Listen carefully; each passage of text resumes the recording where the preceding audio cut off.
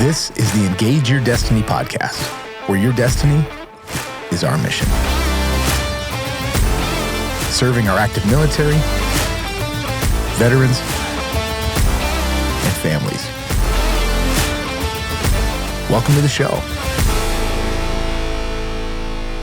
Hey guys, welcome back to the Engage Your Destiny podcast. Ben Peterson here. I am so excited for part 2 of Matt Murphy's story and what he walked through as he was in combat in parts of Syria and Afghanistan and Iraq. Guys, this is some of the greatest content that we've had so far on the Engage Your Destiny podcast. I want to encourage you to like, subscribe, share this podcast so we can get the word out. Follow our Instagram page. It's growing like crazy, and we are so excited for what God is doing in this work. I also want to encourage you to get a copy of the Engage Your Destiny book. When you get a copy of this book, you are directly supporting our ministry as well as putting it in the hands of thousands of military personnel to help them run after their God-given purpose. So thank you so much, you guys, and I'm so excited to get into this story with you. So you're in the military, and even as you're starting to get through your time in Syria, you guys are defeating ISIS there. Faith is still gone. Still gone. Yeah, man.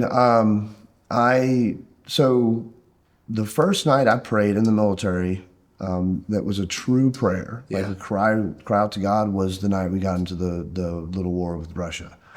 It was my team, about 10, 11 Delta Force guys and 4 Marines. And we were at a place called the Conoco Natural Gas Fields. And we called it Castle Black, and we had we were, at that time, Game of Thrones references were all the jam. It was like 2018. Wow. January 2018. And so we were in Castle Black, and the Russians and ISIS were the White Walkers. That was our little joke. Wow, right? funny. So we had an agreement. There was this river south of the Conoco oil field. Now, Conoco, to set the stage for this, Conoco was the most money in that gas producing plant in the entire region, in that part of the world. And ISIS had destroyed it. They couldn't figure, ISIS is not good at running a natural gas plant, go figure.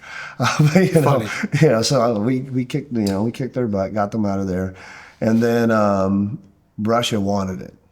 So they sent the Wagner group, a bunch of Russian special operations guys, tanks, planes, no planes, helicopters, and 8 artillery guns just south of Conoco on the other side of the river.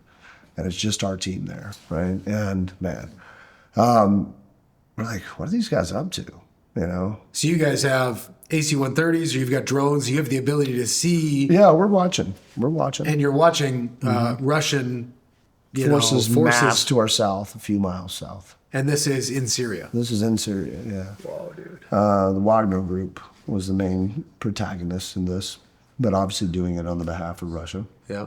They wanted that natural gas field. So they started to move across the river, which was that was our wall. Thou shalt not cross. Thou shalt not cross, but no one wants to start a war, because that's a totally different fight. Right? Yes. We don't have tanks. We got bad attitudes, M4s, and some 50 cals. We are not. So special operations team, that's not our mission. We are not equipped to fight a conventional front. No. So they put 8 artillery guns in line, and then they being the Russians. And then they got all the tanks across the river, all the armored personnel carriers across the river, and then about 600 to 700 guys, heavily armed guys across the river. And I'm like, this is not going to be a fun night, So we had 1 Predator on station. We smoked the first artillery gun once they started preparing to fire. Bodies. So you guys open up against them. Yeah, and at this time I'm a SOTAC guy. So I'm a sniper and a JTAC. I'm a bunch of crap at this time, but I was in a SOTAC role that night. And so I was helping control, but the Delta Force CCT was the main controller that night. So he was the one who smoked the artillery gun. Bodies go flying. We're like, all right, they know we're here now. They're not going to come. Because once you know Americans are there, that's really stupid. How would they know you're Americans? Well, I mean, you get hit with a hellfire. You know what I mean? Like, Right. like Kurds don't have hellfire missiles coming off of drones, right? Yes. MQ-9s and Reapers and stuff are not. you know. And those drones are quiet, and so all of a sudden, they're so high up. Yeah, and if something comes in with that level of firepower, Yeah. this is the Americans. Or actually, these are Americans. We just effed up. Right. Well, that's what we thought. They run right back to that gun. Start firing. One more missile left. We shoot it. Smoke it. They don't stop firing, and that's when we knew we were about to have a really bad night. Wow. All right. So, General, losing my mind. The Secretary of Defense at that time, the Marine. Yeah, Mad Dog. Mad Dog, Mattis, Yeah. General Mattis. He was the Secretary of Defense, and he gave us the order to annihilate him. We're like, all right, thanks, bud. So, my whole team. So I was back with the Delta Force commander controlling air, and the rest of my team and all the Delta Force boys got on the line, and for 45 minutes we ate artillery. The guys on the line especially, but they never got to register their guns or zero them. That was the only reason I'm here today. None of us should have survived any of this, right? So they launched the guns at us for 45 minutes, and then now they're coming across the field.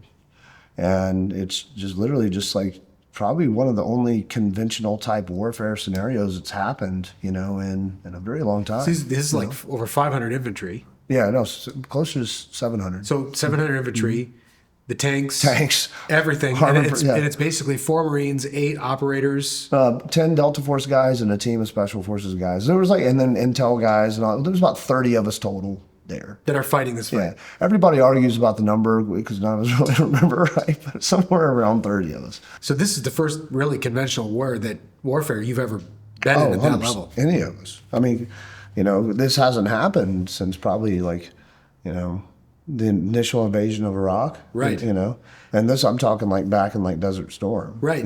And so they're coming. Are you guys all on the line firing and fighting these 700 infantry? Yeah, teams on the berm. They're shooting 50 cals. We got just everything they can do.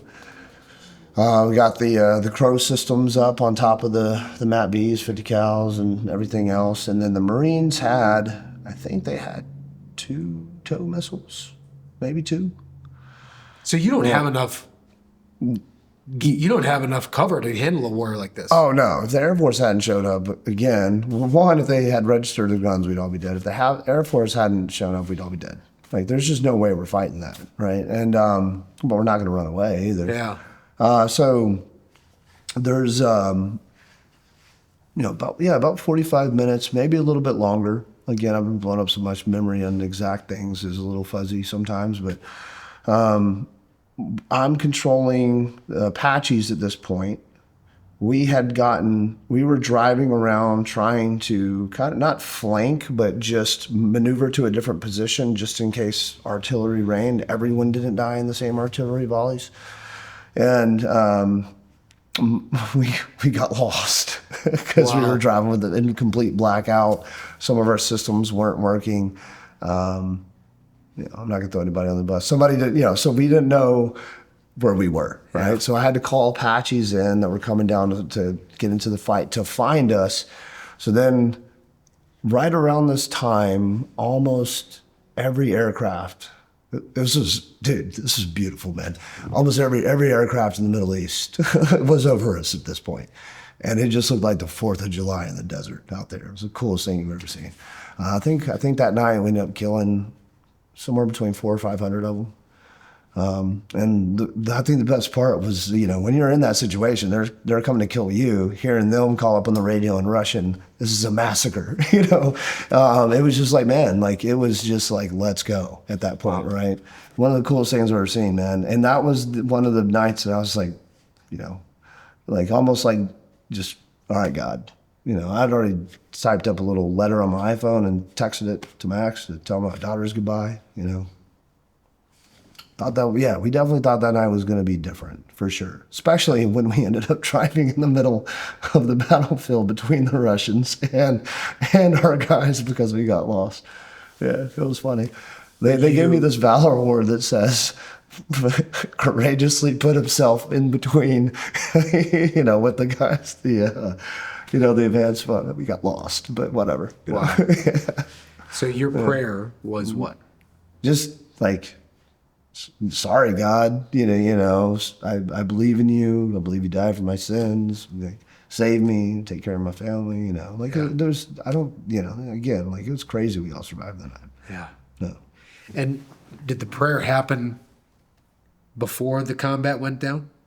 It was kind of like a conversational prayer. Oh yeah, for sure. Throughout the experience. Yeah, man, because it was, the way that we had separated to be able to engage it, and then, every plan is a great plan until something starts, and then, it kind of created a different dynamic where at first it's like, all right, I'm good. And then, no, this is bad. And then it just you're on this kind of roller coaster as things develop and change. But then I just, again, stopped really praying. And I was like, all right, because when you're not a believer necessarily at that time, you're not living, you're not following Jesus. I was more of a selfish, like, I know you're real, but I might die and I don't want to F this up. Yeah. Kind of thought process. November 5th, 2019, my little sister, Sarah, got picked up by a guy, and we have it on a Ring doorbell camera. 30 minutes later, her cell phone never touched the tower again. And then she was missing. And they found her body in a river Christmas Eve, 2019. So, a little less than 2 months later. So, I knew my sister had been living a troubled life. She got bad on drugs. The worse the drugs get, the worse people get, the worse everything in your life gets. And she made a lot of mistakes, man. And as a girl, unfortunately, when you lose your job, family cuts you off, you have a drug addiction, the natural progression, unfortunately, is now they got you and you sell yourself to get the fix. I had an idea that was going on. Wasn't sure, but this guy that had picked her up was also the guy who was facilitating a lot of that. He was a drug dealer. He was, bad. He was a bad person, pretty bad person. We still don't know the details of what happened after he picked her up until the time her body was found in that river. No one would testify. Everyone's terrified of these people. Every gang and group that sells drugs at any scale now is attached, one step removed from the cartel somehow. The cartel runs our country pretty much, or the underworld in our country, which is literally what runs the lower class, So it was just can't imagine what my parents went through in their dynamic. Yeah. Because I have daughters now. It was a roller coaster of emotions for me. But right after that, COVID hit. So in special operations, before that they had moved me to be a SOTAC instructor on Fort Campbell, so I could be home with my family and out of the fight. I would not have been, and that was awesome. I'm very grateful group for doing that. And when COVID hit and everybody's told you can't train, you can't do this, whatever, work from home, what are you going to do as a SOTAC instructor from home? So now I'm alone in my apartment in Nashville, Tennessee, just becoming a drunk, blaming myself one day, angry at my sister the next day for what she did to the family. There was a lot of, grief is a dangerous thing. Grief is bad. So I just spiraled, and it got bad. It's like, I'm active duty, right? And just sitting in my apartment and a worthless drunk, doing all kinds of things to self-medicate. No one to fight. Yeah, exactly. My own worst enemy. Now all the thoughts about, oh man, like PTSD or memory or whatever about, it's all hitting me now. Because I lost my brothers, I lost my team, I lost my purpose, I lost, and then I lost my sister, I was dark. There was a couple nights just, had Glock in my hand, staring at it, and that's when I really started praying, to be honest. I didn't really know how to pray, what I was praying to, but I started praying. And there was this girl who asked me for my address on Instagram, right? That was a little weird. But this time I had social media because I was, well, here, no, I'll get to that part in a second. So I'm praying, and then I start researching human trafficking, and then that leads you into learning about child exploitation and all these horrible things, because those were a lot of the rumors on my sister's death and life, right? Yeah. And, we know that happened, but we just don't know how or what, to what extent. And I saw that there were charities fighting human trafficking. So I Googled how to start a charity, and I started a charity called Operation Lightshine. And I was going to go just vigilante rescue kids. A buddy who worked in human trafficking and Homeland Security investigations, he's like, Matt, you're going to get arrested if you do that. Like what you're talking about doing. Because I was going to use an intel team. At this point, I was pretty experienced in how to manage intelligence, target, hunt, Yes. seek what, destroy, all that fun stuff. So he's like, don't do this, man. Talk to somebody first. So he set me up with his boss, and that turned into a meeting with Homeland Security. I get called into their headquarters in Nashville, Tennessee. And you're still active duty. I'm still active duty. This is like, I'm still active duty. But I'm not doing anything because it's COVID.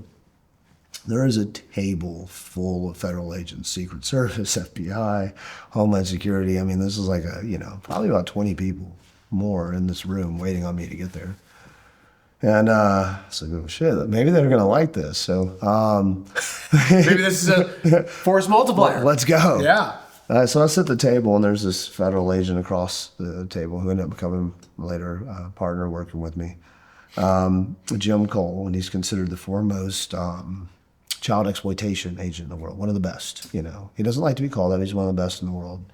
And he's like, Matt, tell me what you're going to do. And I told him I'll condense this, and everything was, that's illegal. You go to jail. Someone else already does that better because they have authority, blah, blah, blah, blah, blah, blah, blah. And I was like, I looked up, and I'm praying at this point. I don't really know much. I ain't reading the Bible or anything, praying. And I'm like, all right, God. I just looked up and I was like, all right, man, you tell me what I can do with everything that I just told you I was going to do. He's like, if you take everything you just said and you put that behind law enforcement instead of you with a gun kicking in a door that's illegal, and let law enforcement kick in the doors and do it, we're on to something. I'm like, all right.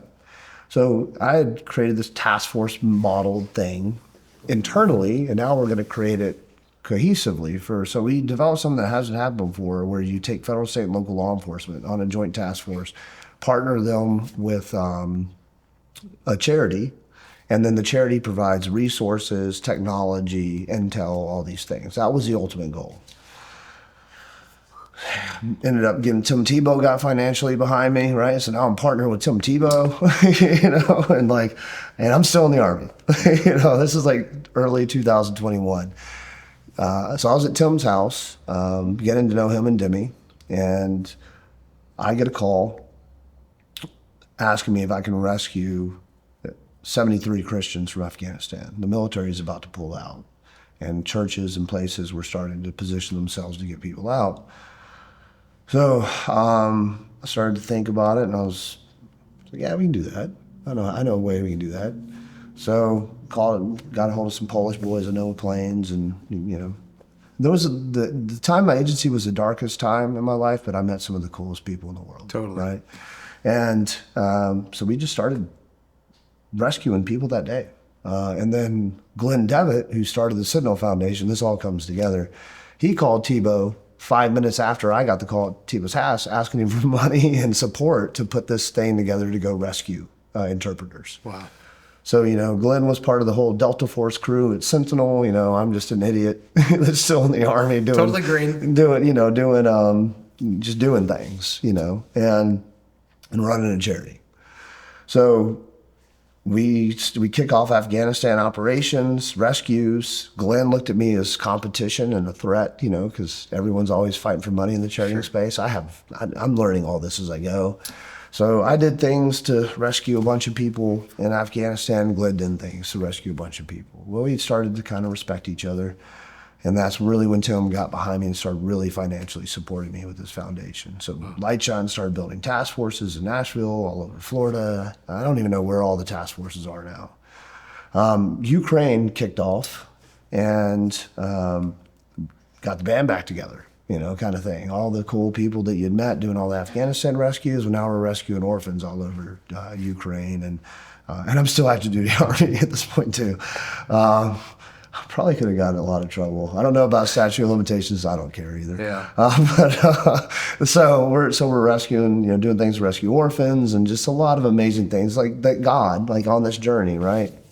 So God's surrounding me at this point with good men of faith. Yeah. He's surrounding me with men that have, selfless soul, servants, good hearts, good souls. And I'm learning from these men. And so that's really where my walk to get closer to God, really started, was being around godly men. Wow. Who you surround yourself with. 100%. 100%. You are, and I believe this in everything. We could talk for hours about this, but you are who you surround yourself with. If you surround yourself with idiots that are, doing drugs and drinking or making horrible decisions, that's you. That's who you're going to become. You get influenced, inspired by who you're around, right? So I started to see how godly men lived, in this. Now, was I perfect at this time? I still had a lot of issues. I was still drinking heavily. That Afghanistan thing was probably one of the roughest things I've done in my life. Yeah. Because Glenn went over there with the team. I'm kind of like if you get rescued middleman, because all these Afghanistan families are hitting me up, showing me their passports, the proof that they were interpreters, or proof that they were, worked with the government. And then I'm deciding really who gets to go to what safe house or get on what plane, or it was a very heavy time. And I was doing some drugs during that just to stay awake and in it. I'll be honest. I was not a healed person yet, not even close. And I'm still on that journey. Yeah. But I was following God and trying to live like Jesus, and had Tim in my life, and had great mentors from the Sentinel Foundation in my life that were really, living godly lives and really kind of showing me. And so I decided to leave Lightshine in summer 2023 because it started to become a big bureaucratic charity. That's how fast it, 2 years. Yeah, from Googling, like after losing your sister, to Googling how to start a charity in 2 years, you're one of the biggest counter human trafficking, charities in the country. And I had just retired from the Army 5 months before I resigned as CEO of Lightshine. Sorry, I get teared up. The sister thing always gets me, man. But, the journey was crazy, and shortly after that time, some girl, because I had a big social media presence at this time. I'd been on a bunch of podcasts and, was working with governors and AGs and senators and congressmen, and, I'm still in the Army, you know what I mean? Yeah. And all these celebrities started to get behind me, and it was just like, man, what is real life right now, but all these people were good people that came around to call us, right? Yeah. And they weren't really, And what was the cause? Rescue kids, fight human trafficking. For rescuing kids from what? Trafficking. And what is trafficking? Trafficking is where children, it can happen a million different ways. But the most normal way, I can say this where people will be like, is the white van pulls up, kid gets taken, never seen again, sold, and, basically forced into prostitution, selling their bodies. That's trafficking. That's trafficking, right? That's one of the ways. Where is that happening? In every city in the country. Human trafficking is the number 2 crime in the world right now. It just surpassed guns and the illicit arms trade. So drugs, trafficking, guns. It can happen in a lot of ways. A lot of times people get trafficked because of their addictions to drugs, right? Or their addictions to certain things, or even just the type of people they're around and what they get forced into or told is okay. Child trafficking is really what I wanted to fight the most, because adults have such a high recidivism rate. They'll go back to their trafficker, their pimp, or whatever, the person that's selling them, because that becomes their identity. That starts to become who they know. And there's not enough money, resources, or places to really even get adults fixed. There's some amazing organizations around the country, but the scale this happens at, there's just hardly anything out there. The drug addiction's overwhelming. Yeah, and they're addicted to drugs, too. They have to get clean before any of these places will even take them in. So that's the first hurdle, right? Well, so it's taking people that are already in bondage, or it's just trying to steal kids. Yeah, well, it's still kids, or the biggest thing now is bringing them into this country. If they're not from here, they're not missing. me rephrase that. The government has brought over 2 million children into the country without parents since the Biden's taken office. 400,000 of those are missing. 2 million through the border. Yep, 2 million through the border. So majority of the people that have come in this country since President Biden's taken office are military-age men and children without families. And how do you know that? We have the data. Who? It's released. Whistleblowers. It's all over the internet. Watch James O'Keefe's movie Line in the Sand. Just came out, Tucker Carlson's network. We infiltrate all these things. We have the people. Well, look at what you shared with me earlier about agency. We know everything. Well, I mean, I'm not in the agency anymore. Yeah. I do own an intel company, but I don't work for them anymore. But people have infiltrated these centers and all these NGOs and all kinds of stuff. The truth's out there. You just have to look. The media never tells you the truth. If you watch the media to find out the truth, you're never going to get it. It's just the reality. The media is controlled by corporations and money. So you'll get their version of the truth, right? These centers, so HHS, DHS, and a couple other organizations in our government, what they do is they funnel hundreds of millions of dollars into NGOs, billions now. These NGOs then buy plane tickets for these people or transportation for these people to go to Mexico. Our tax dollars pay for this. This entire time, this immigration is paid for by our tax dollars, funneled through NGOs. Whistleblowers have already, testified to Congress about this, from DHS and HSI. So then the people come across the border. They get brought across the border by coyotes and all kinds of cartel systems. Then once they get in the country, right? They get in the country, and then there's NGOs that transport them all over the country to certain places where they're paying for them to stay. They give them monthly stipends. And what happens is a lot of these adults, I don't track it, they just get close to 20 million at this point that are just here, right? Well, the around 2 million kids that we know about have been brought to the border by the men that are here, and then they get dropped off in centers for children. If their documents get destroyed, and then if they even have them, and then they get given a new name, identity, all that type of stuff, social security number, and then they get sent out across the country. Well, you got to remember this. Our foster care system, completely broken. Child Protective Services, completely broken. About 70% of kids who go through the foster system will be sexually assaulted, raped, or abused, on their way through it, right? Or trafficked. Child Protective Services, not enough qualified personnel, not enough money, not enough rooms, not enough ways to take care of our own children. So where are 2 million children that aren't even our own children or born? Where are they going to go? Where are the facilities for them at? Where are the homes for them at? So watch James O'Keefe's movie. I'll digress on this, but it's just, they even know they have checks boxes next to kids' names that have gone to places where they've been trafficked, and they'll take them right back because there's nowhere for them to go. So we'll give them to the trafficker. We've lost 400,000. Government has lost 400,000 of these kids, gone without a trace. So where do you think they are? Probably trafficked and dead. Trafficked or dead. And when you say trafficked? Sold for sex. Sold for sex. Yeah, or organs. The organs is a big one. Trafficking can be a lot of things, but children are very valuable to evil people for sex, for organs, and a plethora of other nefarious things. Organ trafficking is starting to become huge globally because there's been so much disease, so much cancer, so many problems that have just arisen in the past 4 years that impoverished nations, the children get kidnapped all the time, organs get harvested. I've got pictures and videos of containers showing up with bodies hanging from the ceilings and their organs gone here in the U.S. Here in the U.S.? Yeah, in refrigerated containers, yeah.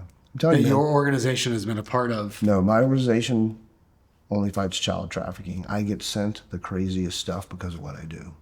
And then just the people that I know from all kinds of organizations and stuff. I've seen stuff that will keep you up at night, man.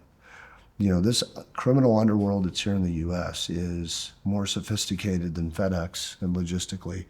They move things in and out, and unfortunately, because the government has been paying for and these programs to bring these illegal immigrants in, the same federal government is also then not policing it. right? You're not going to arrest people for trafficking when you put them in the traffic situation. And is it the cartels that are organizing all of this? Well, our government organizes all the people coming over, but then cartels have, I mean, we have... They run the underground. Yeah, they run the underground. So you have, I think, 600,000 to 700,000 felons that were released from prisons all over South America and Africa. They're here in the U.S. right now. Our government paid for them to get here. That's just the truth. I forget the number of those felons that are rapists and murderers, but it's substantial. They're all felons. You have over 1,000 known Taliban, Al-Qaeda here, and really mostly Al-Qaeda here, multiple other terrorist groups, tons of gangs, even here in Nashville. I got interviewed by the news a few weeks ago about the Venezuelan gang that's here. They're one of the worst groups you'll ever meet. Our country has literally been hijacked by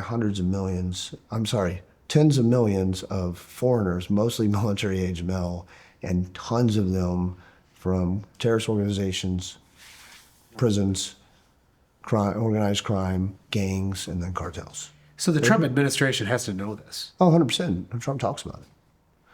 You know, all this stuff is publicly available. Give it a Google. You know, whistleblowers in the government who have been a part of this and have just had enough and get their careers destroyed when they do it, they come out and they'll testify to Congress that it happens. You know, a lot of people go on the Sean Ryan show and talk about it. Yeah. You know, it's what's happening to this country right now is probably one of the scariest things that I've ever seen, because where does this go? I've got daughters, right? Yeah. You know, What is the real motivation of the cartels? money, man. Power. Money and power, money. Yeah. You know, money creates power. Yeah. You need money. You know, I think one of the most powerful Bible verses on it is, you know, the love of money is the root of all evil, right? And that's just the truth. So if you look at all the evil taking place, there's a love of money behind it. Oh, always. I mean, yeah, you need money to be able to be evil, right? Having sex with kids, if you're into that, if you're an evil person, costs money. Yeah. Right? You know, being able to get away with it costs money. Setting up the network to get the kids costs money. The drugs, all of it, everything revolves around money. All those cartel people want is money, and then that money gives them control and power. So then how do you even attempt to defeat this? Well, Trump talks about a few ways. Basically, the U.S. military would have to go into Mexico, Central and South America, and literally go to war. Yeah. In order to defeat this. That's the only solution. But the other problem is, you know, we can't end the illicit drug trade or our economy will collapse. You know, so the big problem is, and most people don't really understand this, crime, drugs, and all these other things are literally what make the, you know, the lower class survive, right? It's their sub-economy. So there's just harsh realities in this that people don't like to talk about, but it's just the truth. If you get rid of drugs, this country will suffer tremendously. Wow. How do you, as working in nonprofit, running charities, what does a charity do to fight for these kids? Well, so right now the U.S. government spends about $40+ billion a year to fight the war on drugs. Okay. And look how good they're doing. You know, I mean, like, so, and let me just be very clear when I say these things. Some of the best men and women I've ever met work in the CIA. Some of the best men and women I've ever met work in the FBI, work in HSI, work in all these government institutions. It's the leadership, political agendas, and bureaucracy that are destroying this country and making these people do these things. Now, I'm sure there's a lot of bad people there. I've met bad ones too, but the majority that I have met and worked with are salt of the earth. They are great, patriotic Americans, amazing human beings, but they work for organizations, get a paycheck, get insurance, and have a retirement, thing coming. Pension and everything else, they just stay there, they stick it out, and they hope the next administration's better. But this one has literally been just downright evil for what's happened. It's treason, in my opinion. So anyways, the $40 billion in drug $40 money. billion a year is spent to fight drugs. Yeah. 40 million, so 200 million was approved by Congress, but it gets different allocations, up to 200 million. So about 40 million a year is given to the Internet Crimes Against Children task forces, like ICACs, right? And outside of that, there's really not a lot of federal funding at all that goes to fight human trafficking, right? States will set up task forces to try to fight it, but it's the federal government that has to fight it because of the way the laws work, crossing state boundaries, crossing oceans, Right. crossing borders. Right. Now you're in federal territory, federal court, federal charges, right? So our federal agencies are very small comparatively to state agencies and all the local law enforcement and all that combined, right? So you'll have a handful of Homeland Security investigation agents in the state of Tennessee, and then, it's really the state that has the most manpower, the most muscle. Well, then depending on the agendas of the bureaucracies, right, what they want to fight, whether it's politics or fraud or anything else, human trafficking is very low on the list because human trafficking is a lose-lose for everyone. The drug also creates an economy inside of the legal system, the drug trade, right? Because when you arrest people for dealing drugs, there's money and there's drugs that you get, right? There's cars that get seized, there's homes that get seized, boats, all their assets, all their jewelry, all their stuff, right? And then the police department can then auction all that stuff off. Well, hopefully not the drugs, but they auction everything off, they get money back, right? The drug dealers usually can hire the best lawyers. Wow. Keeps the legal system going. It puts money back into the system. And it's just a self-feeding, mechanism, the fighting drugs. Trafficking, on the other hand, is starting to change a little bit on the money side. These guys usually don't have a lot of money, right? And they're doing a lot of really nasty, evil stuff. Usually, Who's these guys? Well, obviously the buyers, the ones that get caught. Yeah. Right. The ones that get caught, let's rephrase that, because they've already busted out the Epstein list. Nobody's getting caught on that. Right. Or they won't put out the Epstein list so it's our politicians, it's business leaders, it's dirty. Yeah. Right? Look at what's happening right now with P. Diddy, and Jay-Z just went down or just got accused. LeBron's about to get accused. I have some inside baseball on that. You're about to see that human trafficking and sex with children has been pervasive and invasive at levels you wouldn't want to believe within government, within law enforcement, within celebrity, music, sports, entertainment. This Jay-Z thing is one, right? Jay-Z's the second to fall after P. Diddy, but every celebrity you could think of loved the P. Diddy parties. And when you start to see the truths of what these people are doing and how, systemic sex with children and the kids being trafficked so that they can have sex with them are, it hurts your soul. And most Christians, most people follow Jesus. This is such a dark topic, they just look the other way on. No one wants to confront it. No one wants that in their head. It's dirty, man. It's everywhere. Every level of society. What can an average family do who's got a couple kids trying to raise a healthy family? I mean, what can you do to protect your kids, but also to get into the fight, make a difference? I'd say, man, it's tough because you can't be a helicopter parent either. Yeah. Kids have to grow up. They have to make mistakes. They have to get their knees bloody trying to jump the ramp. Boys need to be boys. Girls need to be girls. So you got some parents that are just like, you're not leaving the yard, kind of thing. Well, the problem is the exception, not the norm, is that white man pulls up and kidnaps your kid. Yeah. They got enough kids coming from poverty where their parents just sell them anyways. There's enough kids that are stuck in the foster care system and child protective services, right?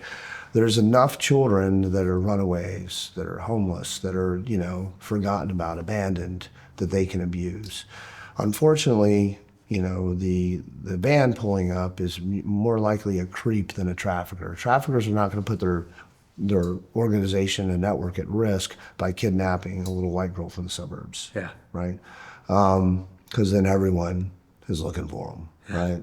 The Amber Alerts go out. That's usually a pervert, a freak, somebody sick, someone with bad intentions, and then that is real. It's not normal. It's not common, but that's the exception. What people can do to protect their kids is keep them off phones. Yeah. There is no reason, knowing all we know now, that any parent should let their kid anywhere near an iPhone or an iPad. You're stealing their childhood from them if you do. Wow. Literally stealing it from them. Children need to be bored, right? boredom is the mother of invention, right? It's the mother of adventure, right? It creates you to create your own happiness, you to manufacture your own fun and your own, little reality, and play pretend and have an imagination and be creative and do artwork and build things or break things.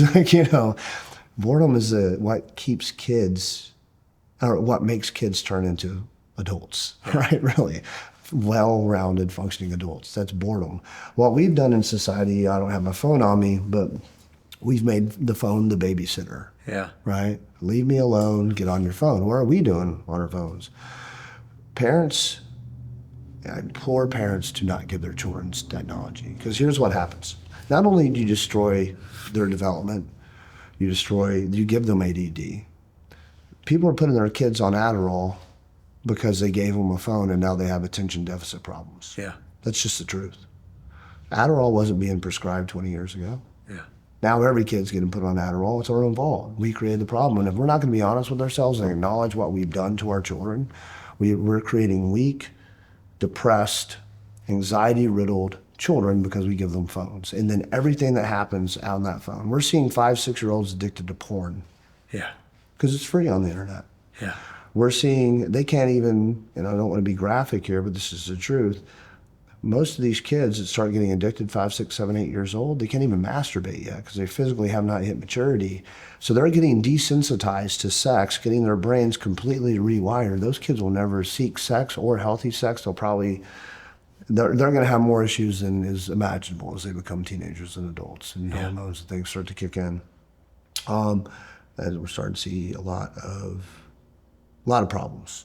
Sometimes either desensitized to sex in the first place, where they're not even interested because they have so many porn problems, or aggressive rage type of, probably going to be sexual assaulters, rapers kind of thing because of what porn shows. Yeah. Just don't let your kids near a phone. What also happens when you give your child a phone, you give them access to the world.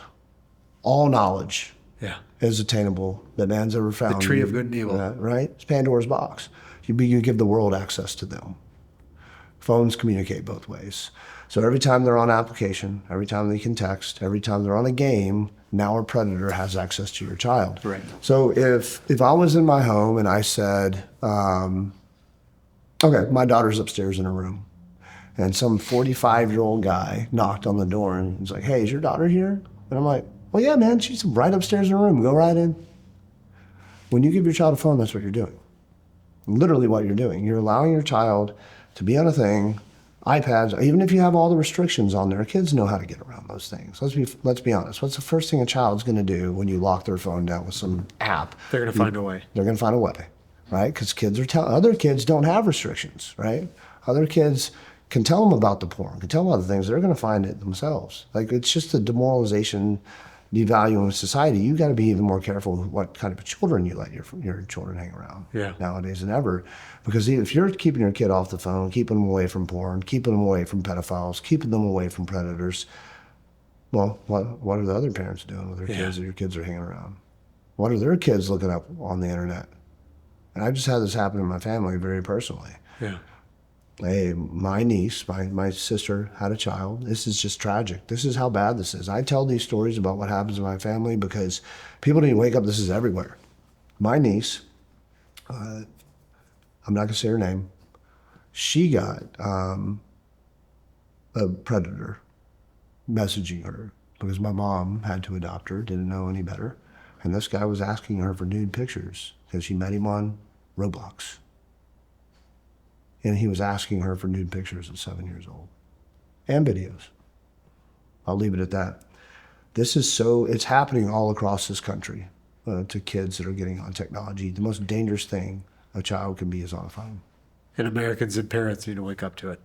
They have to. Or we're already losing this generation. We are in the largest public health crisis in American history from the amount of depression, anxiety, suicide, and medication that's given to cure those three things to children because parents let them on phones. Yeah. And let them on iPads. Yeah. You've told me about the satanic child the horrific things that are happening around the world that your organization We see it. actively works to intercept? More and more so on my for-profit company now. You see a lot, man. So child sexual abuse material. There are over 130 images and videos of child sexual abuse material on the internet. 130 million, unique images and videos of children being raped and abused on the internet. 130 million different pictures and videos of this, right? And this that is we on, know of. This is on like the dark web? No, this is on the open web. Yes, it can be found on the dark web too. But used to work with a company that can drop a pin on the homes uploading and downloading the graphic sexual abuse of children. And there's thousands per state, pretty much in almost every neighborhood in America. There's somebody uploading or downloading child sexual abuse material. That's just the truth. Cops can't do anything about it because we can't even do anything about everything else, right? It's all over. Thousands of people per state. California, Florida, you're looking at 12 to 15,000 a day. Tennessee, 5 to 6,000, somewhere if I'm remembering right. Just on and these are people that aren't using the dark web. They aren't using a Tor browser. They aren't using a VPN. They're just using torrent sites. What's a torrent site? Torrent sites. Remember when you used to download music illegally? Or I don't know how old you were. Oh, dude, I'm 37. Like, LimeWire. Yeah, LimeWire and Napster. That's a torrent site where you go to download the movie or the music illegally, and you can get porn on there too. Well, you can also get child sexual abuse stuff. That's where they get it. And so that's where they get it. But they get it on the dark web. But I'm talking about the pins that I can drop are just the idiots. That are not using a VPN, that are not using a Tor browser, that are not on the dark web. I'm talking about the low-hanging fruit idiots. Those are thousands. God knows the actual number of how many people per state are downloading this stuff and uploading and downloading it and watching it every day. This is a systemic problem in our society. And social media, again, has a lot to do for that. So think about this. You let your daughter make a TikTok video in her little cheerleading outfit, right? With her friends, doing a dance adults do, to a music video or to her song. Well, that might be innocent to you. It's my daughter, she's a cheerleader, whatever. The second that gets posted online, that's now material for a pedophile. Because would you let some man just sit there and creepily watch your daughter dance in her shorts that she wears around the house? Over and over again. Yeah. Would you let a man just come in the home and watch that? Like, oh, that's normal. But we let our kids do that and then post it on the internet and think everything's okay. And that's feeding it. You're feeding the problem. You're feeding the beast by letting your children on the internet, period. Or create content on the internet. There is no reason a child, other than maybe outside of studying math, science, engineering work, right? Maybe learning a computer. There is no reason a child needs to be near the internet. No reason. Well, think about your childhood. Did you have to deal with any of this stuff? No. Right? Like, kids need to be reading books. They need to be playing outside. They need to be learning how to have conversations, interact with one another in person. Have you seen kids today when you go out to eat and they're talking to each other at the table on their phone? They don't even interact or make eye contact. They're on their phone. Yeah. Whole families are on their phone. Yeah. Right? Oh, I see it all the time. The average child's spending 10 to 11 hours on phones and iPads a day. So if your child is spending 10 to 11 hours a day on social media, iPads, apps, games, what's the biggest influence in their life? Who's controlling the person they become the most? You or AI and algorithm and the agenda of whoever or whatever content they're getting? Right. You're no longer the biggest influence in their life as a parent if you allow that to happen. So that's the one thing that we have to really realize is that we are living literally in the collision of humanity and technology. Yeah. And humans will lose every time because we are weak and vulnerable. We are already being manipulated, steered, and controlled by algorithms and AI already. Yeah. And so remember COVID, how crazy the world went? Now we all know the truth, right? The truth is already out. Congress is starting to release all this stuff. A lot of mass hysteria was created. A lot of bad decisions were made. A lot of people lost their minds. Why did they lose their minds? Because of the phones, because of social media, because of programming, because of the messaging, because of what people said, right? What they could see. What they could see. Why would you let a child on that? Oh my gosh. That's not even mature, developed, or even understands logic, Why would you give that device to a child? Yeah, I think you have a lot of millennials and Gap Gen Z millennials that are seeing this.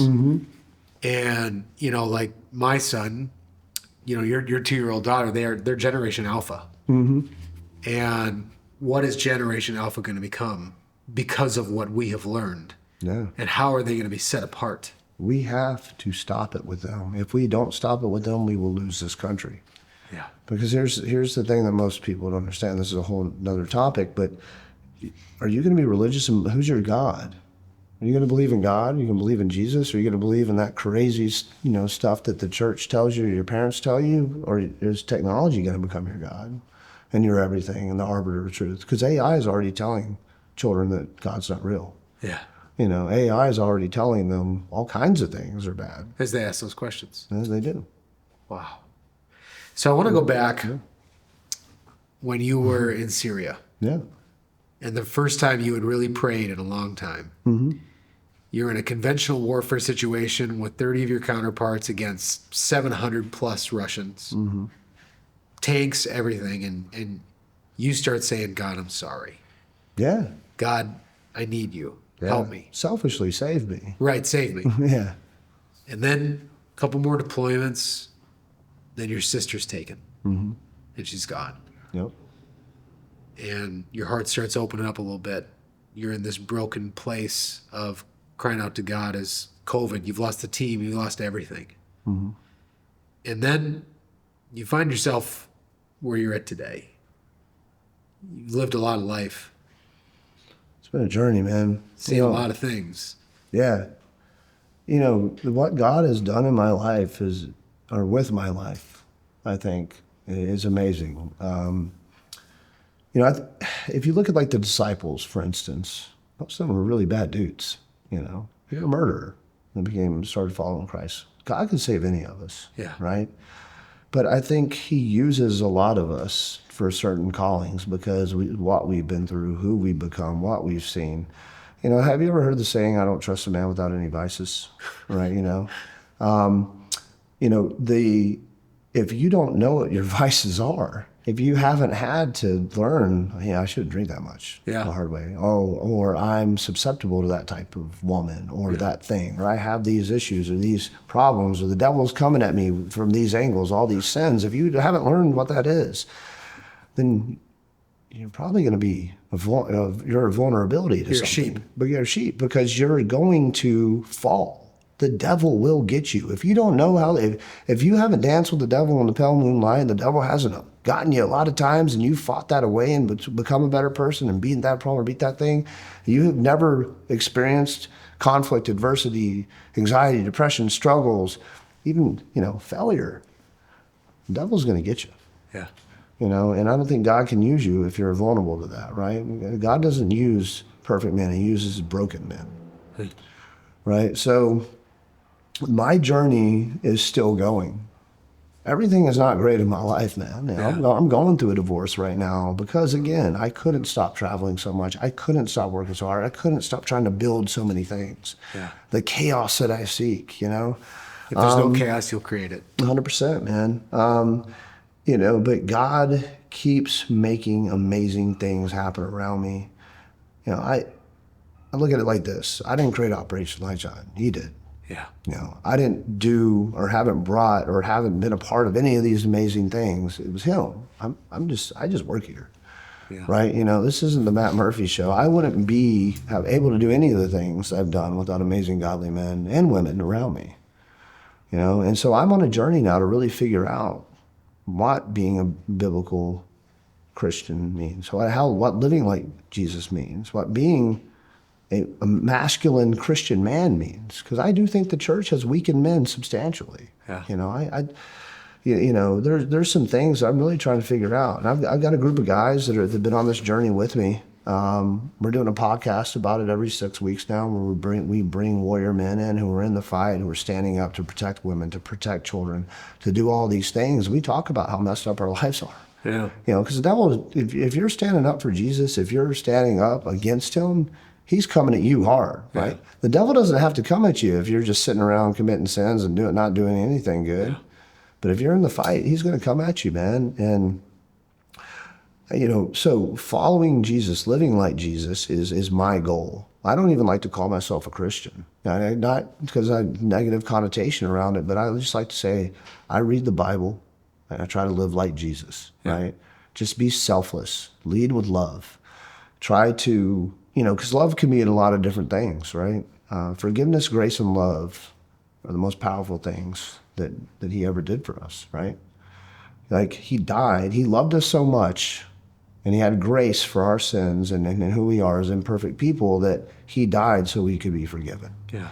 And I think as a man who follows Jesus, I will not become a man unless I can understand what forgiveness, grace, and love mean. Yeah. And so over the past 3 years, following Jesus, learning how to forgive, right? Learning how to forgive. Forgiveness sets you free. Yeah. Learning to have grace for others, right? Because hatred or anger for people will eat you alive. It doesn't hurt them. Yeah. Forgiveness sets you free. That is the biggest gift that God did and he gave us when Jesus died on that cross and he shed his blood for us, is that we can be forgiven. Yeah. And you can't be forgiven if you can't forgive, right? So you have to let that hatred go. So that's a journey I'm on, to really understand what forgiveness means. I'm really on a journey to understand what having grace means, right? Because to me, grace is accepting people as flawed people and understanding that we're not going to be perfect. We're going to have good days and bad days and everything in between, so that you don't have to forgive them, right? Some things you got to have grace for. Some things you got to be forgiven for. And then love, right? Leading with love. What does that mean? Everyone thinks love is just hugs. It's not. I'll kill someone for love. And what I mean by that is, you try to harm somebody I love, you try to hurt them, you're dead. Yeah. I mean, there's no questions asked. I'm not going to bat an eye. I'm going to sleep like a baby tonight. Yeah. Right? And Jesus loved us so much. Sometimes he would sit down with, sinners and prostitutes and tax collectors and murderers, right? He'd come to people where they're at, right? He didn't do what they did, but he came to where they're at to show them his love for them and then try to lead them a different way, right? And so I think that's where the church has really gotten lost its way lately, is we don't lead with love, we lead with judgment. So I really want to lead with love in my life. And then sometimes Jesus flipped tables. And I really do believe what's happened to the church in the United States is why our country has fallen. Christians don't want to take accountability for that. $74.5 billion is tied to the church every year, tax-free. Why are there so many homeless people?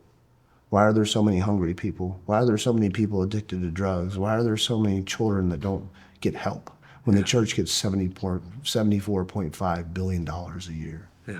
So if we're going to be good followers of Jesus, we also need to be starting to hold the church accountable, which is us. We're the church, right? Yeah. We've got to start making major changes in this country if we're going to get it back.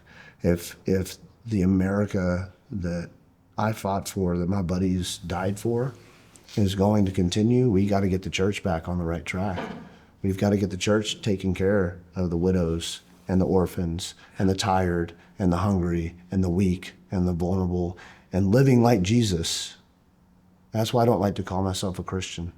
That's why I don't go to church a lot. I live like Jesus. I try my best to. I fail all the time. I make so many mistakes. But I try my best to live for others and live like Jesus, man. And I think that's what we need to learn. Yeah. And I think right now, if Jesus was here in America, he'd be flipping tables. And that's the kind of love. Beyond a shadow of doubt. He'd be showing us, man. So, that would just be the 2 cents for me, is I am always trying to just follow him. Forgiveness, grace, and love. And every day I learn a new way to apply them, or a new way it can mean and impact my life. And I think with that, that's made me the best version of me I can be. I still have a lot to do. I still have a lot to learn, but lead with love, man. When it comes to the character of Jesus, and something about who he was and who he is that you admire, what would you say? Just the fact that Jesus was probably the most prolific man, right? Not the man, right? Son of God that ever walked on this earth. But the humility in that. Yeah. The humility that he had. Because, that is the biggest thing I take away, other than the forgiveness, grace, and love we discussed, is just the humility that he knew he was the Son of God, right? Now, we got to be a little bit honest here. From his birth till he was, on his calling. There's a lot of the story left out, right? I don't know why that is, right? But there's a lot of the story of Jesus the child, Jesus the teenager, Jesus the young man, right?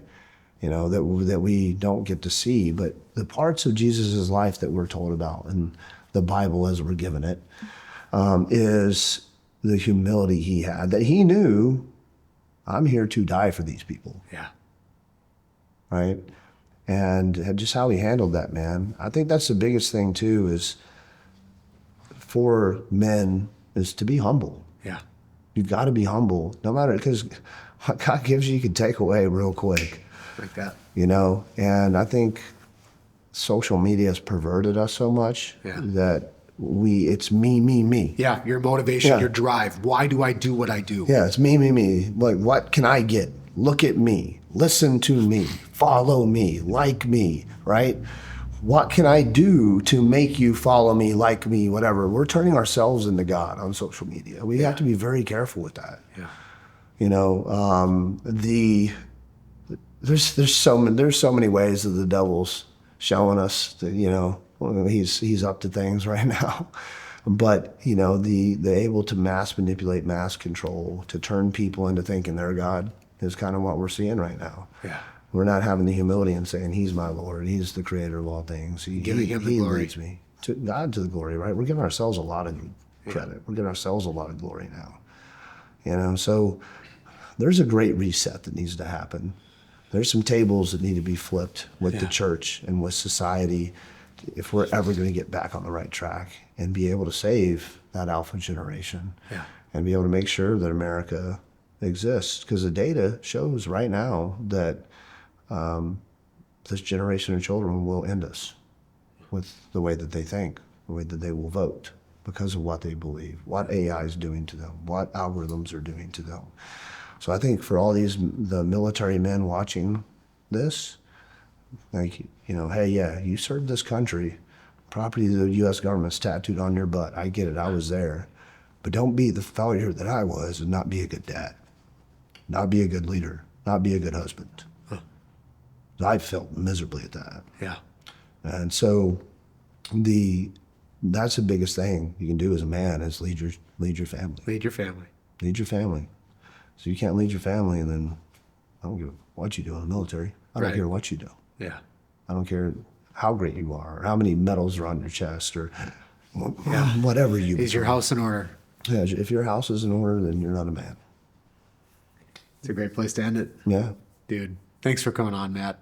I appreciate that. This was awesome. I appreciate can I pray? you, brother. Yeah. Let me pray for you. Father, I just thank you for Matt. And God, I thank you that he'd come on the show and for his just vulnerability in his heart. And God, I pray that you would heal every area and crevice of his life and of his heart. And God, thank you for the forgiveness you've given him and that you're taking deeper into his life. God, I pray for his future with his company and with his future missions, Lord, to set children free and set captives free. I pray you'd give him favor, that you'd bless him and give him vision and clarity for where you're taking him.